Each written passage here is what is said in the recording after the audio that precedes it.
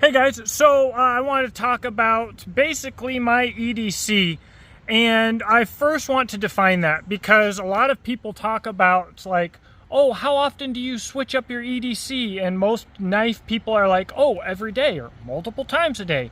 To me, an everyday carry means something that you carry every day. Let's say like at least 6 months at a time. My fanny pack and its contents is an everyday carry because I probably carry it 360 days a year, even in my own home. So, with that being said, my everyday carry, to the detriment of my YouTube channel when it comes to other makers' everyday carry knives, my everyday carry is my own knives and my own designs. Exodus Knife and Tool. I don't do it on purpose. I do occasionally carry other knives, but generally speaking, when I do, I feel naked. So let me show you these knives and just talk to you about them a little bit, I guess. So generally speaking, what I do is I rotate. I don't actually even rotate. I choose between these three knives. The one that I've carried the most is this Adventurecraft in high vis. Now this red and white color pattern is my high vis pattern as opposed to orange and green, and the reason is red is actually the last color that the human eye sees when light is failing. So like here in Kentucky, for large portions of the year, everything is lime green and bright orange, so it's not actually high vis in the woods. I needed an alternative, and this works very well, and red and white together are very high contrast and are automatically associated with emergency. This knife has been with me flipping everywhere. Now, it is tiny. I wear it in pocket in place of a folding knife. I haven't carried a folding knife very much in a very long time, probably about 5 years now. I want to give you some size context with something that everybody's familiar with. So this is the Palmetto State Armory Dagger. It is the size of a Glock 19 for size reference. The Adventurecraft is smaller than you think it is. It's a little bit bigger than a pen. It is absolutely tiny, but as you can tell, I use this knife as a full-sized primary knife, scraping gaskets, doing main bushcraft tasks, batoning, feather sticking, striking a ferro rod, kitchen prep, opening boxes. Like, I use it for everything. Generally speaking, when I'm not carrying this knife, I'm carrying the Jackalope, which is also quite a small knife. It's only 3/4 of an inch tall for size comparison. Like the Adventurecraft, the Jackalope is designed to maximize utility, versatility, and potential uses while minimizing space and weight. This knife I carry in pocket like the Adventurecraft in my Spirit of the Bear in pocket leather sheath. And this thing rides so easy in pocket, it's crazy. But this could literally be a primary belt knife. It is practical enough to do that. So it's incredibly versatile. And I would say that since Spirit of the Bear Designs started making these in-pocket sheaths for me, I would say I've likely carried the Jackalope quite a bit more than the Adventurecraft. Then we have my other Adventurecraft here.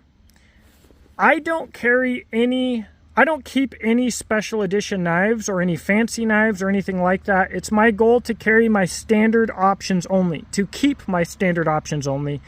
High vis is probably my most standard option, probably my best seller, honestly, as weird as that is. But the Mammoth Cave National Park knives are one that I intend to be standard. I'll have a drop of these coming pretty soon. And so this, for you topo guys, this is an actual map of Mammoth Cave National Park. And the standard colors are OD green with the map scales and with an OD green Kydex sheath.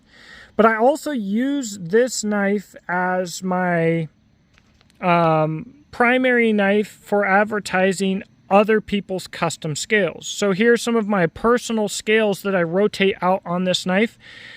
This I'm testing. This is actually a material that you might not have heard of unless you're a super nerd, called Bakelite or Bakelite. And so this is actually the first ever thermoplastic. It was a really big deal, I think in the late 1800s. Not used very often now. It's a fairly rare material now. Usually has this orange color. And I'm testing this for toughness to see if it holds up, because I do intend to offer knives with Bakelite handle scales. And I don't think anybody else is doing this. This was made for me by Three Trees Outdoors over in England. I don't think he's making anymore. He also made me these custom scales in Ultem. You can see that is the channel logo there, laser engraved on the back side with a topo pattern.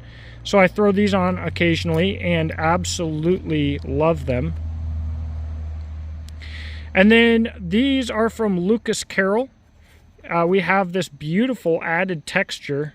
I love these scales. Lucas Carroll does such a good job. Actually, guys, he does custom knife scales for a large variety of production knives. I make sure that he has one of every one of my knife designs so that he can offer my customers custom scales without my customers having to send their knife in to get them made. So if you want something custom from him, you can reach out to him, you can order it, he can make it, he can send it to you, it'll bolt straight onto your knife, just like your factory scales did, and it'll click straight into your factory Kydex. Pretty amazing stuff. And these also were made by him. These also will click straight into your factory Kydex sheath, but check this out.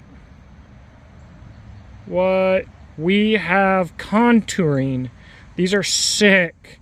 So we have more of a Coke bottle shape. This is more similar to my original adventure crafts that I was doing with Mineral Mountain Hatchet Works.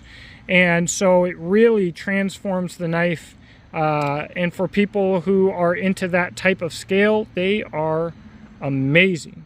Now, with that being said, so Lucas Carroll, I'm actually now an affiliate for him, so you can check out my description box below. I'll have Exodus Knife and Tool listed there if you want to buy a knife from me. I'll have an affiliate link to him, and you can buy from him as well. And Spirit of the Bear Designs. He has my knives as well, so if you want a custom leather sheath, the sky is the limit. This dude can do anything. He has more talent in his massive pinky finger than I have in my entire body. And so he can do some really wild stuff for you. And again, he'll make it. He has the knives. He'll ship it to your door. Your knife will fit in like it's meant to fit in. So basically, guys, the reason, and I already said this, the reason that I don't hardly carry any other knife anymore, logically, when I run into someone and they're like, hey, that's a cool knife, I could be like, well, yeah, it's my knife, actually. Or if they're like, what do you do? Well, I own a knife brand, Exodus Knife and Tool. Here's an example of my knives. On a logical level, there's that. But also, again, I designed these knives for my uses. I am so happy and blessed to hear from so many other people that they work for them as well as they work for me. But because I designed them for me, they are the perfect knife for me. I love using them and carrying them. So when I'm not carrying them, I feel naked. Like, it doesn't feel right. So they're just, for me, they're just the most comfortable knives to use that are the most versatile and the easiest to use. So there you go. That's probably part of the reason why mostly on this channel you will see me review medium to large knives. It's harder for me to review anybody else's small knives because I'm not likely to carry them as much as I carry my own knives, which makes reviewing them more difficult. There you go. I hope this was informational for you. I hope you enjoyed it. And if you have an adventure craft, also called an Exodus 3, or a jackalope, also called in Exodus 4, or a mutant, also called in Exodus 5, let me know in the comment section below and let me know what you think. I look forward to talking to you there, and I hope that you have a blessed day.